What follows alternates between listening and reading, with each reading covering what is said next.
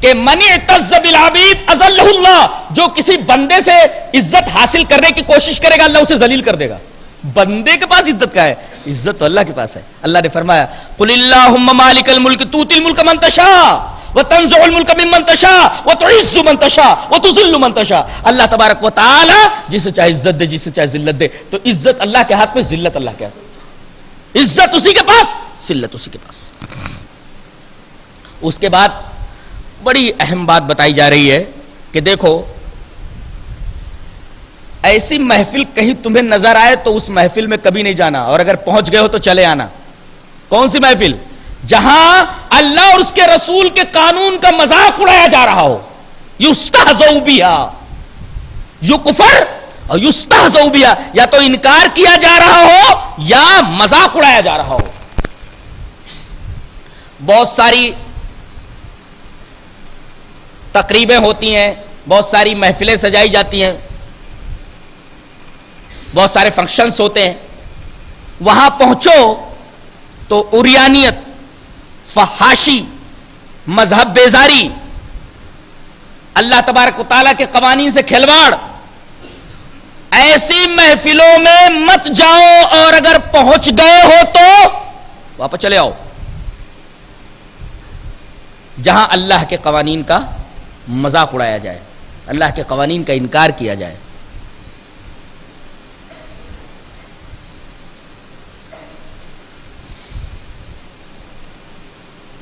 اور یہیں سے ایک نقطہ اور نکلا. بہت سارے لوگ بعض شعراء کو بہت پسند کرتے ہیں. جیسے ہم نے دیکھا کہ غالب کو لوگ بہت پسند کرتے ہیں، غالب کی شاعری کو. در حقیقت جو لوگ غالب کی شاعری سے شغف رکھتے ہیں یا تو ان کا ایمان کمزور ہے یا پھر ان کا ایمان ناپید ہونے والا ہے. اس لیے کہ اس نے اپنی شاعری کے اندر جنت و دوزخ کا مذاق اڑایا ہے، فرشتوں کا مذاق اڑایا ہے، بہت ساری چیزوں کا اس نے مذاق اڑایا ہے. جنت و دوزخ کا مذاق اڑاتے ہوئے کہتا ہے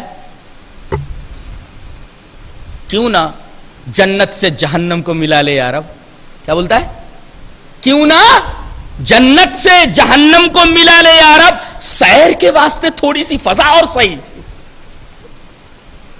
کیوں نہ جنت سے جہنم کو ملا لے یا رب، سیر کے واسطے تھوڑی سی فضا اور صحیح. یعنی وہاں کی بھی سیر کر لیں گے، جہنم کی بھی. دیکھو جہنم کا کیسا مذاق اڑایا اس نے، جنت کا مذاق اڑایا. فرشتوں کا مذاق اڑاتے ہوئے کہتا ہے کہ پکڑے جاتے ہیں فرشتوں کے لکھے پر ناحق، پکڑے جاتے ہیں فرشتوں کے لکھے پر ناحق. آدمی کوئی ہمارا دم تحریر بھی تھا؟ یہ فرشتے جو بیٹھے ہوئے ہمارے نامہ اعمال لکھ رہے ہیں ایسی اپنی مرضی سے انہوں نے لکھ لیے ہیں. ہمارا آدمی کوئی گواہ تھا کیا لکھتے وقت؟ دیکھو فرشتوں کا مذاق اڑایا. قیامت کا مذاق اڑاتے ہوئے کہتا ہے جاتے ہوئے کہتے ہو قیامت کو ملیں گے، کیا خوب قیامت کا ہے گویا کوئی دن اور. اس کا مطلب یہ ہوا کہ قیامت کے آنے سے پہلے اس کے بھتیجے کے مر جانے کی وجہ سے قیامت آ گئی ہے. اس نے قیامت کا مذاق اڑایا. بعض لوگ غالب کے اشعار کو حفظ کرنا فخر سمجھتے ہیں. در حقیقت ایسے لوگ بڑے بے نصیب ہیں اور محرومی قسمت والے ہیں کہ بجائے آیات قرآنیہ حفظ کرنے کے وہ ایسے لایانی اشعار یاد کرتے ہیں اور اس پر فخر محسوس کرتے ہیں. انہیں اپنے ایمان پر نظر کرنی چاہیے. تو ایسی کتابوں سے شغف رکھنا بھی در حقیقت اللہ کے ساتھ استہزاء کیے جانے جیسا ہے. وہ کتاب کے اندر استہزاء کیا گیا ہے تو اس کتاب سے دور رہو.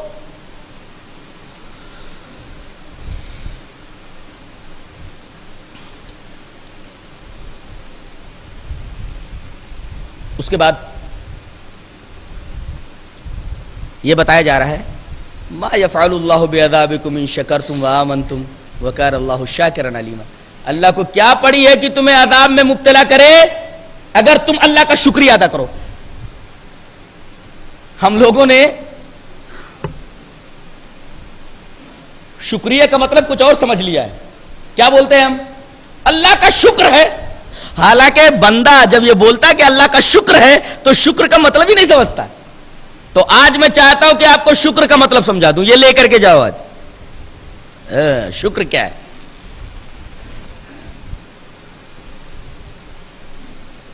اللہ کی نعمت کا دل سے اعتراف کرے، زبان سے اس نعمت کا اقرار کرے،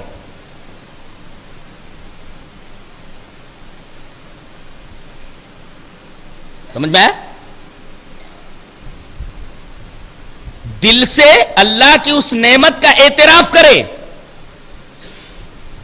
اور زبان سے اس نعمت کا اقرار کرے اور عمل سے اس کی فرما برداری کا ثبوت دے. یہ تین چیزیں ہو گئی، زبان، دل، عمل، تینوں آ گئے. اگر یہ بات آپ کے عمل میں پائی گئی تب تو شکر ہے. صرف زبان سے کہہ دینا اللہ کا شکر ہے یا اللہ کا شکریہ نہیں ہوا. شکریہ تین چیزوں سے مل کر کے بنتا ہے. ایک تو دل میں اپنے محسن کے احسان کا اعتراف کریں، دوسرے زبان سے اس کا اقرار کریں اور عمل کے ذریعے اس کی فرما برداری کا ثبوت دے تو شکر ہے یہ. ورنہ زبان سے صرف شکریہ ادا کرنا یہ کافی نہیں ہے اور اس کو شکر نہیں کہتے. اور اگر یہ آپ کی زندگی میں ہے تو اللہ تبارک تعالیٰ فرما رہا ہے کہ میں شکر گزار بندوں کے اوپر عذاب نہیں بھیجتا. ما یفعل اللہ بعذابکم ان شکرتم وآمنتم وکان اللہ شاکرا علیما. اللہ کو کیا پڑی ہے کہ وہ تمہیں عذاب دے اگر تم اللہ کے شکر گزار بندے بن جاؤ. تو شکر کا مفہوم واضح کرنا ضروری تھا تاکہ لوگوں کو یہ معلوم ہو جائے کہ شکر کی حقیقت کیا ہے. یہ تھا 5ویں پارے کا خلاصہ جسے آپ نے سماعت فرمایا. اللہ ہمیں نیک عمل اور اچھی سمجھ کی توفیق عطا فرمائے. وآخر دعوانا الحمدللہ رب العالمین.